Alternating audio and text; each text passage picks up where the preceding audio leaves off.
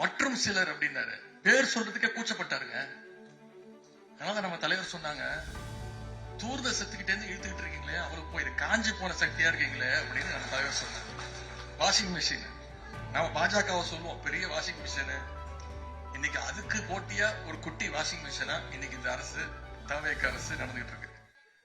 ஒவ்வொரு இளநியா கயிறு கட்டி எதிர்த்த கடைக்கு அமுச்சு விட்டுருவாரு, அவர் பெரிய கடைக்காரர் ஆயிடுவார்.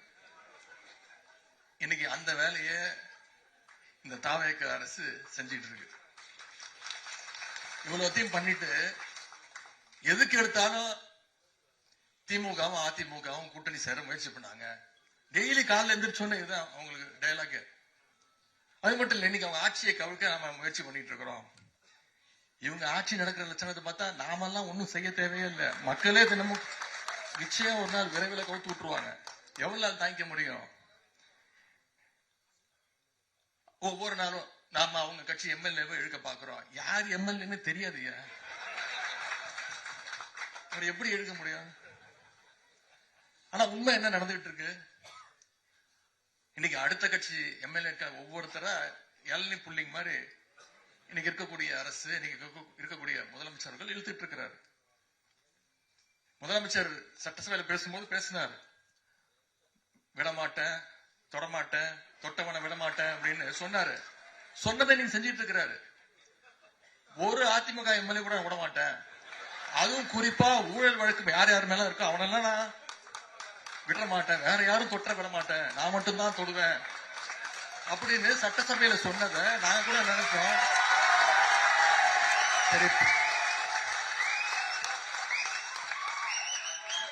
சரி பஞ்ச் டைலாக் தான் பேசுறாரு.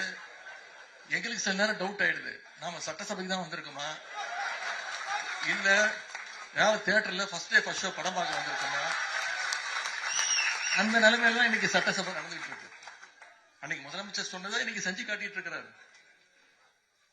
தூய சக்தி தூய சக்தின்னு சொன்னாரு,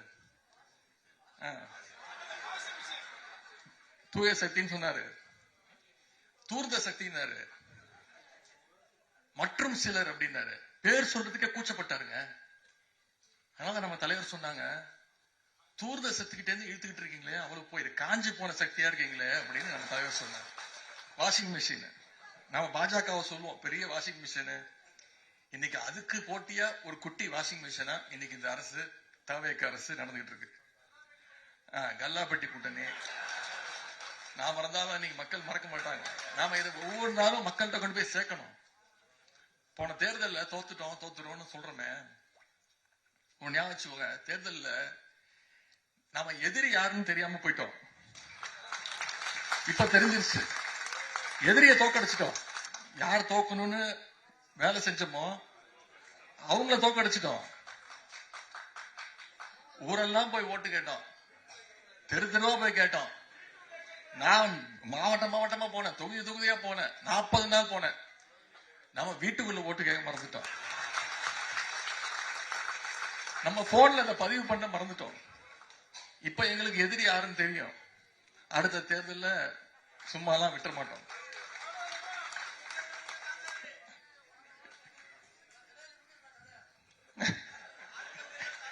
அந்த இன்னைக்கு என் மேல பழைய போட்டுருவான். உதயநிதி சொன்னாரு, நீ சொல்லிட்டு போயிடும். எனக்கு இதுதான் வேலை பாருங்க, எது காலில் எழுந்திரிச்சு. இதுதான் இன்னைக்கு இந்த சோஃபா மாடல் அரசுடைய லட்சணம்.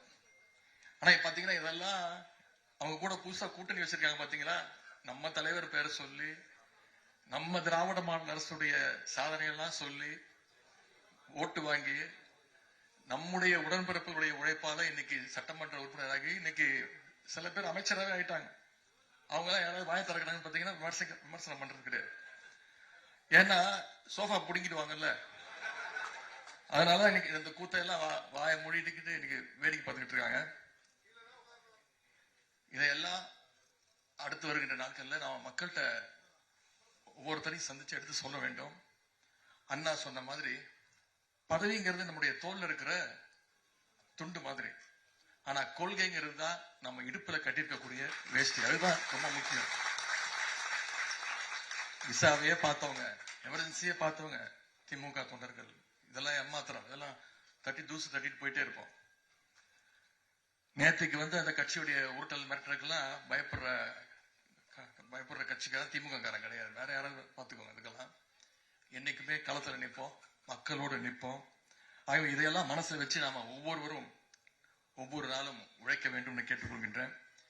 நீங்க அத்தனை பேரும் ஒவ்வொருத்தரும் ஒற்றுமையோடு கழக பணிகள்ல மக்கள் பணிகளை ஈடுபடணும்னு கேட்டுக்கொண்டு, நம்முடைய தலைவருடைய வழிகாட்டுதல்படி எப்பொழுதுமே நான் உங்களோடு நிற்பேன், உங்களோட தோளோடு தோள் நிற்பேன். நாம ஒவ்வொருத்தரும் ஒன்னு சேர்ந்து இந்த சோஃபா மாடல் அரசுடைய அவலங்களை எல்லாம் மக்கள்கிட்ட தொடர்ந்து அம்பலப்படுத்துவோம். தேர்தல் மூலமாக ஜனநாயக அடிப்படையில நிச்சயம் தலைவர் தலைமையில மறுபடியும் நம்முடைய தலைவர் தலைமையில திராவிட மாடல் ஆட்சியை நிச்சயம் தமிழ்நாட்டில் அமைப்போம். கலைஞர் அவர்கள் பிறந்த நாளை முன்னிட்டு மிகச்சிறப்பான நலத்திட்ட உதவிகள்லாம் செஞ்ச உங்க அத்தனை பேரையும் மீண்டும் வாழ்த்தி, கலைஞர் புகழ் ஓங்கட்டும்.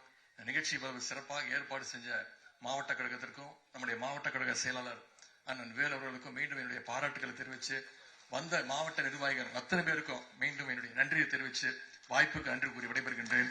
நன்றி, வணக்கம்.